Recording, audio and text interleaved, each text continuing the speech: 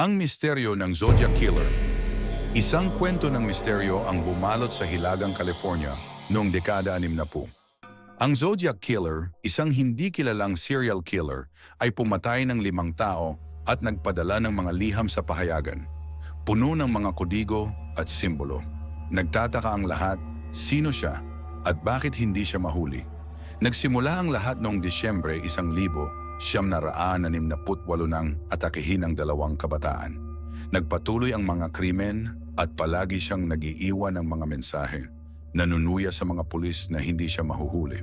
Nagpadala siya ng mga liham na puno ng mga simbolo at kalaunan isang guro ang nakatuklas ng sikreto ng isa sa kanyang mga cipher. Naglalaman ito ng nakakakilabot na mensahe tungkol sa kasiyahan sa pagpatay. Sa Lake Berryessa, lumapit siya sa isang magkasintahan, itinali sila at sinaksak ng walang awa. Patuloy siyang nag-iwan ng mga simbolo habang pinalalakas ang kanyang misteryo at takot sa buong komunidad. Maraming suspek ang inimbestigahan pero walang nahuling Zodiac Killer.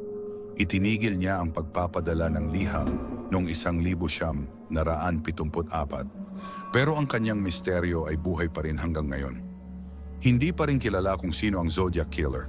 Isa siyang madilim na alaala ng kasaysayan, ang kanyang tunay na katauhan ay nakatago pa rin kasama ng mga kasagutan sa misteryong iniwan niya.